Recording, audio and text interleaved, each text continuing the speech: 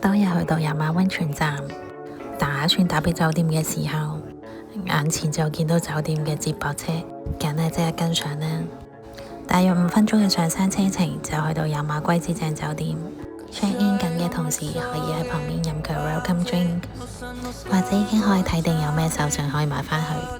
酒店個大堂係落地大玻璃，非常光猛，配埋佢柔和嘅燈光，真係好舒服。check in 完之後呢，就可以去攞浴衣啦，冇料㗎。今次呢，都係 book 咗有私人風呂嘅房間，一出電梯轉右就係啦。要打開呢度隔音門先可以去到我間房。好中意呢啲用鎖匙開嘅溫泉酒店。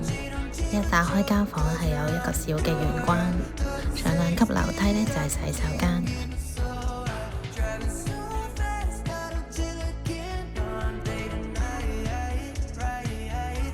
哇哦，個馬桶係 bling bling 嘅，好似好歡迎我咁。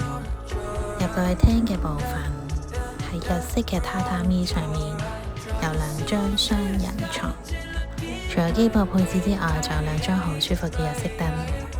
而大廳嘅左手邊呢，就係好大個嘅浴室，呢2張藤椅簡直不得了。酒店提供嘅日用品係非常之多啊，就算唔記得帶卸妝都唔使驚。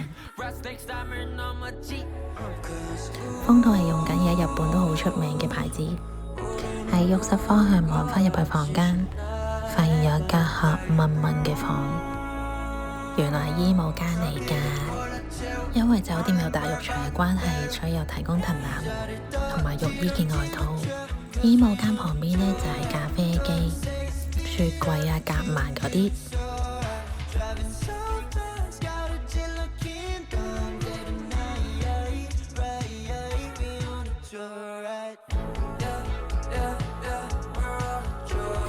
嚟，嗱臨睇下個溫泉先。我覺得私人風呂真係使日㗎。呢個窗應該係打得開嘅，不過我冇試過。冇花冇假啊，真係有馬好出名嘅金泉啊！另外浴室係有道門同埋窗簾，所以浸溫泉嘅人係唔怕影響分水嘅人嘅。至於風景方面，就係我最中意嘅日本園林景。跟住就去大浴場嘅樓層睇下，放心都係分咗男女湯。另外仲有2部自動售賣機可以俾你補充水分。呢間酒店好特別，喺大浴場嘅旁邊就係有馬溫泉嘅歷史介紹。我第一次去溫泉酒店係可以睇埋個溫泉嘅歷史。另外大浴場出面其實有啲凳可以休息嘅。話咁快就過咗2日1夜啦。酒店嘅接駁車會送返我梅田嘅巴士站，繼續行程。